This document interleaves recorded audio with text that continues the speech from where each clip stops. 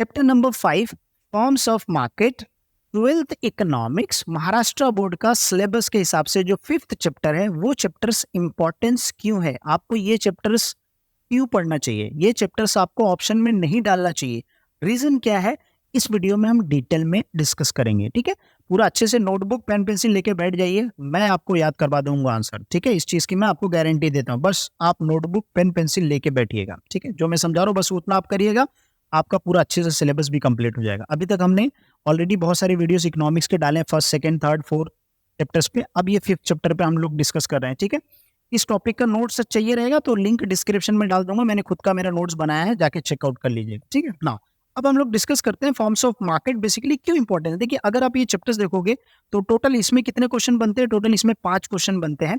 पहला question features of perfect competition, फिर उसके बाद मोनोपोली का फीचर्स, मोनोपोलिस्टिक का, ओलिगोपोली का फीचर्स, और एक बनता है टाइप्स ऑफ मोनोपोली और price determination under perfect competition.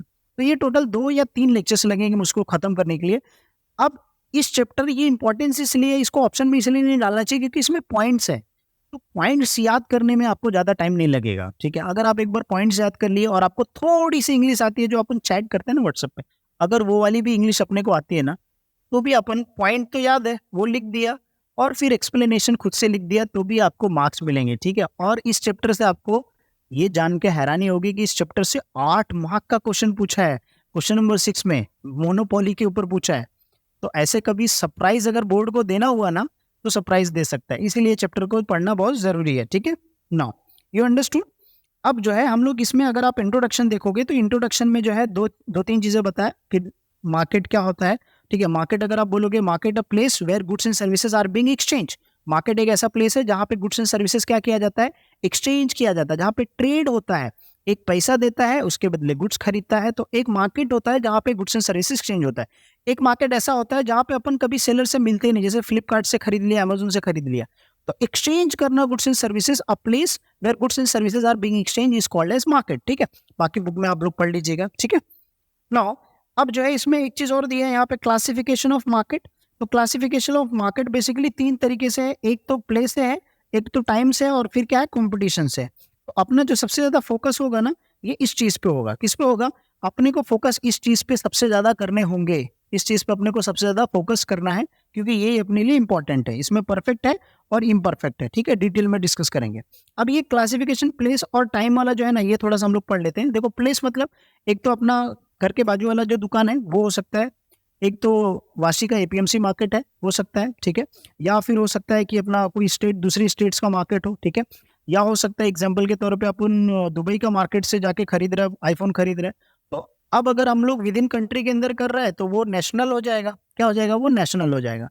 अगर अपन बाहर कंट्री से खरीद रहे हैं तो इंटरनेशनल हो जाएगा। लोकल मार्केट हमारा जो एपीएमसी मार्केट ऐसा जो रहता है छोटा मार्केट, उसको लोकल मार्केट बोलते हैं टाइम के हिसाब से। अब ये बहुत शॉर्ट पीरियड के लिए होता है, बहुत लॉन्ग पीरियड के लिए होता है, मीडियम टर्म के लिए होता है। तो आप जो है अगर आप यहाँ पे देखोगे इट्स वेरी इजी। देखो, local market basically local markets are in which the seller sell the customers and buy the product in region area, जैसे हम लोग वेजिटेबल्स फ्रूट खरीदते हैं। ठीक है, नाउ नेशनल मार्केट मतलब डोमेस्टिक मार्केट होता है जहाँ पे क्या होता है कंट्री के अंदर एक स्टेट से दूसरे स्टेट में ट्रेड करता है। ठीक है, वो चीज हम लोग बोल सकते हैं ओन कंट्री के अंदर। इंटरनेशनल में क्या होता है, मार्केट वर्ल्ड वाइड होता है। ठीक है, ये सब बेसिक है जो आप खुद से पढ़े रहेंगे 11th में, वही सेम चीज है रिपीट। ठीक है, on the basis of time देखो, वेरी शॉर्ट पीरियड, तो वेरी शॉर्ट पीरियड मतलब in which the fix price and determined by the demand, the time period for few days few week supply of commodity cannot be increased, थोड़े वक्त के लिए होता है। ठीक है, बहुत शॉर्ट पीरियड, जैसे वेजिटेबल्स अगर अपन खरीदने जा रहे हैं। ठीक है, शॉर्ट पीरियड में, short period less than 1 year, एक साल से कम। In this the firm can make adjustment inputs like labour increase और डिक्रीज। मतलब ये बोल रहा है कि अगर मैं बड़ा बिजनेस थोड़ा कर रहा हूँ तो मैं क्या कर सकता हूँ, अपने लेबर्स को इंक्रीज और डिक्रीज कर सकता हूँ। अगर मेरा केटरिंग का बिजनेस है तो मैं उसके अंदर जो है नंबर ऑफ लेबर्स इंक्रीज कर सकता हूँ अगर बहुत सारे ऑर्डर्स मुझे आने लग जाएंगे। राइट, वो चीज बोल रहा है। Long period that means long run में क्या कर सकता है, कंपनी सारे फैक्टर्स ऑफ प्रोडक्शन इंक्रीज कर सकते हैं। इस चीज को आपको समझाने के लिए मैं एग्जांपल देता हूँ। अगर मान लीजिए एग्जांपल के तौर पे अब टाटा कंपनी है, उसने क्या किया, एक उड़ीसा में जो है मैन्युफैक्चरिंग यूनिट सेटअप किया। ठीक है, अब जो है उसको बैंगलोर में सेटअप करना है, तो क्या वो तुरंत कर सकता है विद इन 1 ईयर के अंदर? नहीं कर सकता, उसको 2-3 साल 4 साल लगेंगे सारे सर्टिफिकेशन परमिशन लेके, फिर उसके बाद जो है वहाँ पे प्रोसेस चालू होगा। तो ये बोलना ये चाहता है कि लॉन्ग रन में अपन लेबर्स को भी इंक्रीज कर सकते हैं, मशीनरी को नया फैक्ट्री सेटअप कर सकते हैं, लेकिन शॉर्ट टर्म में अपन नया फैक्ट्री सेटअप नहीं कर सकते। सिर्फ लेबर्स को बढ़ा सकते हैं, रॉ मटेरियल बढ़ा सकते हैं, लेकिन नया फैक्ट्री सेटअप नहीं कर सकता है शॉर्ट रन में। वही चीज़ यहाँ पे समझाने की कोशिश कर रहा है, ठीक है। तो ये अपना क्या हो गया, जो टाइम पीरियड था ये अपना हो गया ना, अंडरस्टूड। तो ये जो प्लेस वाला है, प्लेस मतलब क्या है और टाइम पीरियड से रिलेटेड क्या है, ये आपको समझ में आ गया होगा ना। अब हम लोग डिस्कस करते हैं यहाँ पे सबसे मेन जो क्वेश्चन हमारा है वो है क्या है, वो है क्या है सर, वो है अपना बेसिस ऑफ परफेक्ट कंपटीशन। क्या है, perfect competition. What do mean by perfect competition ना, समझने की कोशिश करते हैं हम लोग। देखो, अ perfectly competitive market is one in which number of buyers and sellers is very large. मतलब एक ऐसा मार्केट जहां पे बहुत सारे बायर्स हैं और बहुत सारे क्या है, सेलर्स हैं, जो क्या कर रहे हैं, बाय एंड सेल कर रहे हैं। क्या बाय सेल कर, all buyers and sellers are engage in buying and selling of homogeneous product. देखो आगे यहाँ पे सर, होमोजेनियस प्रोडक्ट मतलब ऐसा प्रोडक्ट जिसका फीचर सेम हो। जैसे एग्जांपल के तौर पे कलर, टेस्ट, प्राइस, पैकेजिंग, सारी चीजें क्या होनी चाहिए, सेम होना चाहिए। अगर वो सेम है तो उसको हम लोग क्या बोलेंगे, होमोजेनियस प्रोडक्ट बोलेंगे। विदाउट एनी रिस्ट्रिक्शंस, मतलब यहाँ पे कोई भी किसी तरीके का गवर्नमेंट का रिस्ट्रिक्शन नहीं है।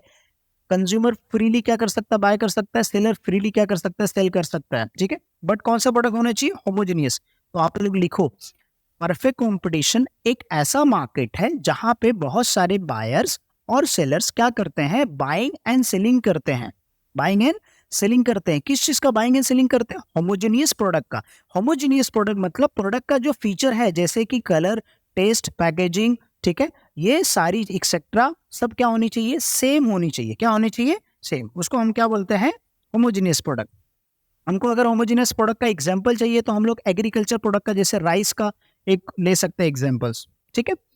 Moreover, both buyers and sellers possess the perfect knowledge about the market condition। मतलब यहाँ पे क्या ये कह रहा है कि जो बायर है और जो सेलर है उसको मार्केट के बारे में पूरा अच्छे से नॉलेज है। तो वो क्या होता है, बेसिकली परफेक्ट नॉलेज है, मतलब प्राइस के बारे में, डिमांड के बारे में, क्वालिटी के बारे में, ठीक है, राइट।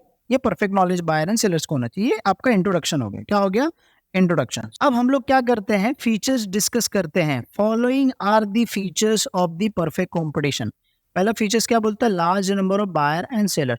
तो ये जो आपने मीनिंग में लिखा है ना, ये जो आपने मीनिंग में लिखा है ना, ये मीनिंग वाला पार्ट, यही वाला क्या करो, इधर पे फीचर्स में लिख दो, ठीक है। हम लोग फिर भी पढ़ लेते हैं। Now under perfect competition there are large number of sellers and buyer. वही था इंट्रोडक्शन में, large number of buyer sellers as mention earlier.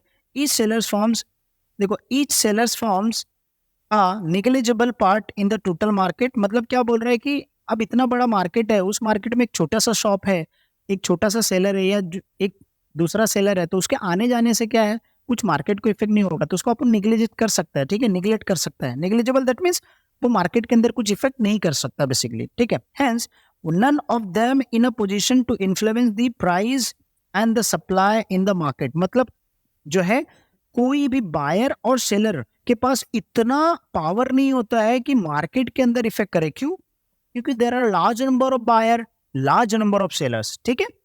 समझ में आ गया। ये पहला पॉइंट आपको क्या लिखना है, फर्स्ट पॉइंट आपको लिखना है लार्ज नंबर ऑफ बायर और लार्ज नंबर ऑफ सेलर्स के अंदर बहुत सारे बायर सेलर होते हैं। एक बायर के पास इतना बोलते ना पावर नहीं होता है, या एक बायर जो है मार्केट के अंदर पूरा इफेक्ट नहीं कर सकता, या एक सेलर क्या कर सकता, मार्केट को इफेक्ट नहीं कर सकता है। वो निग्लिजिबल है, मतलब उसके जाने से, मार्केट से अगर वो शॉप बंद करके जा रहा है तो उससे कोई प्रॉब्लम नहीं है इकोनॉमी के अंदर। ये चीज समझाना चाहता है, राइट। ओके, नाउ यहाँ पे एक्सप्लेन भी किया है कि the number of buyer also large, there are shares of each buyer is, मतलब बायर और सेलर दोनों क्या है, निग्लिजिबल है, उसकी वजह से मार्केट के अंदर कोई इफेक्ट नहीं हो सकता है, ठीक है ना। सेकंड पॉइंट हमने ऑलरेडी पढ़ा, होमोजेनियस प्रोडक्ट। तो सर होमोजेनियस प्रोडक्ट मतलब क्या होता है, होमोजेनियस प्रोडक्ट मतलब, सर होमोजेनियस प्रोडक्ट मतलब क्या होता है, होमोजेनियस प्रोडक्ट मतलब प्रोडक्ट का क्वालिटी, कलर सब चीजें सेम होनी चाहिए। देखो, an important features of perfectly competition market is that the product sold is homogeneous और आइडेंटिकल। आइडेंटिकल मतलब भी सेम होता है, होमोजेनियस मतलब भी सेम होता है। इन रिस्पेक्ट टू, देखो प्रोडक्ट सेम होना चाहिए, मतलब उसका प्रोडक्ट का साइज सेम होना चाहिए, डिजाइन सेम होना चाहिए, कलर सेम होना चाहिए, टेस्ट सेम होना चाहिए, एक्सेट्रा। मतलब उसका पैकेजिंग, कलर, टेस्ट, प्राइस, सब चीज़ें क्या होनी चाहिए, सेम होनी चाहिए। उसी सेम है मतलब क्या है, होमोजेनियस प्रोडक्ट है। All products are perfectly substitute each other, मतलब क्या होना चाहिए, जिसके अंदर जितने भी प्रोडक्ट हैं वो क्या होना चाहिए, सब्स्टिट्यूट होना चाहिए, मतलब एक दूसरे से सेम टू सेम हूबहू होना चाहिए, डिफरेंस नहीं होना चाहिए।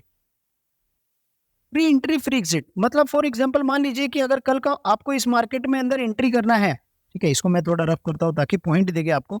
फ्री एंट्री फ्री एग्जिट मतलब अगर मान लीजिए एग्जांपल के तौर पे मैं भी क्या करना चाहता हूँ कि मार्केट में प्रोडक्ट लॉन्च करना चाहता हूँ, मैं इजीली मार्केट में आके अपना प्रोडक्ट बिजनेस स्टार्ट कर सकता हूँ, और जब मेरा बिजनेस लॉस में चला जाए या मुझे बिजनेस नहीं करना है तो अपना वापस बोरिया बिस्तर बंद करके लेके जा सकता हूँ। मतलब यहाँ पे क्या है, किसी भी तरीके का रुकावट नहीं है, किसी भी तरीके का खेत मतलब रिस्ट्रिक्शंस नहीं है, ना ही गवर्नमेंट की तरफ से कोई लाइसेंस लेने की जरूरत नहीं है। फ्री तुम बिजनेस आके कर सकता है, फ्री तुम बिजनेस करके जा सकता है। That is free entry to free exit. Now there are, अगर आप यहाँ पे देखोगे, देयर आर, ठीक है, there are number of barriers, देखो there are no barriers, sorry there are no barriers, मतलब यहाँ पे बैरियर मतलब restriction, there are no restrictions, किसी भी तरीके का रिस्ट्रिक्शंस नहीं होता है। There are no barriers to entry and exit of the firm, इतना भी लिखा तो भी इनफ है, बाकी का आप खुद से एक्सप्लेन कर सकते हैं। यहाँ पे किसी भी तरीके का रिस्ट्रिक्शंस नहीं होता है, इजिली आप क्या कर सकते हो, मार्केट के अंदर बिजनेस स्टार्ट कर सकते हो। इसका मतलब आप समझो कि कल का चल के आप अपने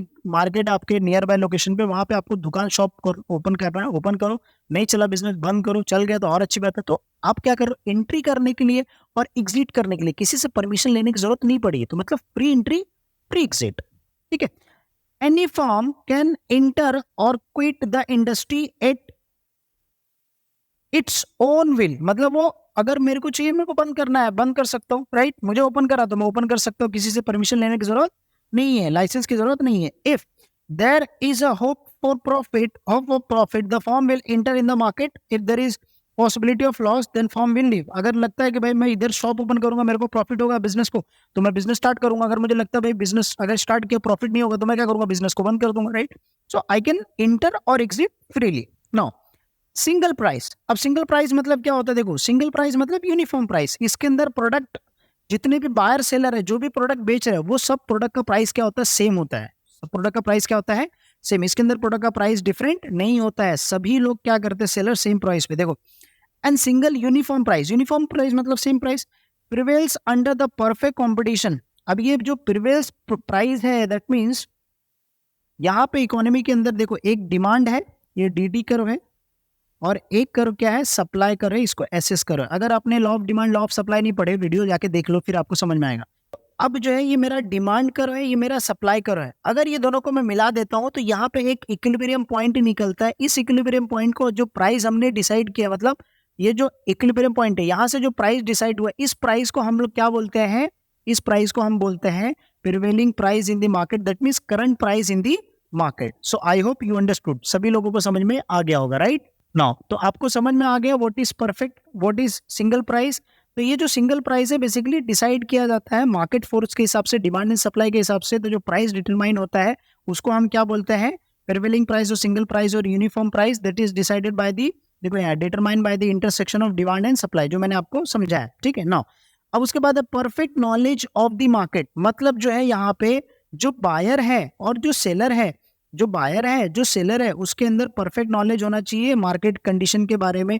अब मार्केट में क्या होता है भाई, प्राइस होता है, मार्केट में क्या होता है, प्राइस होता है, क्वालिटी होता है, सप्लाई होता है प्रोडक्ट का, ये सब के बारे में क्या होना चाहिए, नॉलेज होना चाहिए। अगर मैं प्रोडक्ट बेच रहा हूँ तो मेरे को मार्केट में क्या डिमांड है, मेरे प्रोडक्ट जो मैं बेचने वाला हूँ उसका सप्लाई क्या है, उसका प्राइस क्या है, उसकी क्वालिटी, ये सब चीज़ के बारे में नॉलेज होना चाहिए। मैं प्रोडक्ट खरीद रहा हूँ तो प्रोडक्ट का प्राइस क्या है वो मुझे पता होना चाहिए, प्रोडक्ट की क्वालिटी मुझे पता होना चाहिए, राइट, है ना। तो ये सब market, perfect knowledge about the market, मतलब बायर जो है, मैं खरीदने वाला हूं, जो सेलर बेचने वाला है, वो दोनों को क्या होना चाहिए, मार्केट के बारे में नॉलेज होना चाहिए। मार्केट के नॉलेज होना चाहिए मतलब क्या होना चाहिए, मार्केट में प्रोडक्ट का प्राइस क्या है, प्रोडक्ट का क्वालिटी क्या है, प्रोडक्ट का सप्लाई कैसा है, वो सब चीजों के बारे में नॉलेज होना चाहिए। दैट इज परफेक्ट जो है knowledge about the market. Now perfect mobility of factors of production. अब ये जो है बताया परफेक्ट मोबिलिटी, तो सर ये परफेक्ट मोबिलिटी क्या होता है, perfect mobility factors of production मतलब जो फैक्टर्स ऑफ प्रोडक्शन है। सर फैक्टर्स ऑफ प्रोडक्शन क्या है, फैक्टर्स ऑफ प्रोडक्शन जो है वो है कैपिटल और लेबर। तो जो लेबर है उसको मैं क्या कर सकता हूँ, मोबाइल कर सकता हूँ, नहीं कर सकता, एक जगह से दूसरे का भेज सकता हूँ आराम से। मेरा कैपिटल है, मैंने मशीनरी खरीदा मुंबई में और उसको सप्लाई कर दिया जो है कर्नाटका में, केरला में सप्लाई कर दिया। That means I can transfer the capital and I can also transfer the जो है labour. That is mobile factor. यहाँ पर देखो लिखा है there is a perfect mobility of factors of production under the perfect competition. Labour and capital are mobile not only geographically but also occupationally. हम लोग एक ऑक्यूपेशन से दूसरे ऑक्यूपेशन क्या कर सकते हैं, इजिली ट्रांसफर कर सकते हैं, और एक लोकेशन से दूसरे लोकेशन पे कर सकते हैं। उसको हम क्या बोलते हैं, perfect mobility factors of production. Now absence of cost of production.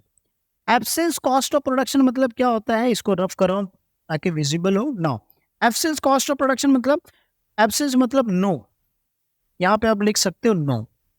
No transportation cost मतलब परफेक्ट कंपटीशन एक ऐसा मार्केट है जहां पे ट्रांसपोर्टेशन कॉस्ट को इंक्लूड नहीं किया जाता है। दैट मीन्स अगर कोई ट्रांसपोर्टेशन कॉस्ट होता है एक प्रोडक्ट को एक जगह से दूसरे जगह ले जाने में, तो ऐसे कॉस्ट को हम इंक्लूड नहीं करते हैं। इसी चीज को हम बोलते हैं absence cost of, absence transportation cost. देखो यहाँ पे लिखा है, क्या लिखा है, in perfect competition price is uniform. Price तो यूनिफॉर्म होता है जो मार्केट ने डिसाइड किया है। अब उस प्राइस के अंदर हम ट्रांसपोर्टेशन कॉस्ट थोड़ी ना डालेंगे। अरे भाई मैंने वेजिटेबल्स जो है कल्याण मार्केट से खरीदा, उसको मार्केट तक बेचने के लाने के लिए, अपने एरिया में बेचने के लिए मैंने 2000 रुपया जो है गाड़ी का खर्चा कर दिया है। तो अब वेजिटेबल्स जब मैं बेचूंगा तो उसमें 2000 ऐड करूंगा कि नहीं करूंगा, करूंगा ना। लेकिन परफेक्ट कॉम्पिटिशन बोलता है ना ना ना, ऐसे तुम मत करो। अगर तुम्हारा ट्रांसपोर्टेशन कॉस्ट लगता भी है एक जगह से दूसरी जगह ले जाने में, तो वो तुम ट्रांसपोर्टेशन कॉस्ट प्राइस के अंदर इंक्लूड नहीं कर सकता है, क्योंकि जो प्राइस होता है उसके अंदर जब तुम इंक्लूड करेगा तो प्राइस तो मार्केट से डिफरेंट हो जाएगा, क्योंकि प्राइस तुम नहीं डिसाइड करेगा। प्राइस कौन डिसाइड करेगा, मार्केट डिसाइड करेगा, राइट। तो ट्रांसपोर्टेशन कॉस्ट, जैसे मान लीजिए गोल्ड है, अब गोल्ड का प्राइस जो होगा हर जगह सेम होगा, तुम भले ट्रांसपोर्टेशन कॉस्ट तुम एक्स्ट्रा भर रहे हो, लेकिन गोल्ड के प्राइस के अंदर थोड़ी ना तुम इंक्लूड कर सकते हो। You can't include because that gold price is decided by the market force, right. Example दे रहा हूं समझाने के लिए, ठीक है। Because we assume that transportation cost does not exist. हम अज्यूम कर लेते हैं कि भाई ट्रांसपोर्टेशन कॉस्ट ऐसे कोई चीज है ही नहीं, ठीक है। Now the assumption will leads to uniformity in the price, ठीक है। उसके बाद आता है नो गवर्नमेंट इंटरवेंशन। मतलब गवर्नमेंट का किसी भी तरीके का इंटरवेंशन नहीं होता है। मतलब गवर्नमेंट क्या करता है, मार्केट के अंदर कोई भी अपना किसी भी तरीके का इंटरफेयर नहीं करता है, ठीक है। जैसे यहाँ पे लेजेस फेयर्स पॉलिसी बोला है, that means free from the government. मतलब गवर्नमेंट का इकोनॉमी के अंदर कोई भी इन्वॉल्वमेंट नहीं होगा। आज के वक्त में गवर्नमेंट क्या करता है, एजुकेशन सेक्टर्स में, हेल्थ सेक्टर्स में, हर सेक्टर्स में क्या करता है, अपना योगदान, मतलब हर सेक्टर्स में इंटरफेयर करता है, हर सेक्टर्स में अपना क्या करता है, रोल प्ले करता है। कहीं पे जो है सब्सिडीज दे देता है, कहीं पे ढेर सारे पैसे ऐसे पॉलिसीज लाता है जिससे बिजनेस ग्रो करे। लेकिन परफेक्ट कंपटीशन एक ऐसा मार्केट है जहां पे गवर्नमेंट किसी भी तरीके का इंटरफेरेंस नहीं करता है। वही चीज को हम लोग बोलते हैं laissez fair policy, that means free from the government. Government का कोई भी उसके अंदर इन्वॉल्वमेंट नहीं होता है। Laissez-faire policy is an important features of the perfect competition. It means there is no government intervention in the economic activity. जो भी इकोनॉमिक एक्टिविटी हो रही है उसके अंदर गवर्नमेंट कोई किसी भी तरीके का इंटरफेरेंस नहीं करता है। So I hope you understood what is perfect competition. अगर हाँ तो वीडियो को लाइक, कमेंट, शेयर जरूर कीजिएगा, और अगर आपके कुछ सजेशन होंगे तो कमेंट कर दीजिएगा, मैं उसको भी इम्प्रूव कर लूंगा। Because I believe in taking good suggestions and improving myself, ठीक है। And you are the best person to guide me, because आपने पूरी वीडियो यहाँ तक देखा है तो आप बहुत अच्छे से सजेस्ट कर सकते हो, ठीक है। थैंक यू सो मच, मिलते हैं नेक्स्ट वीडियो में।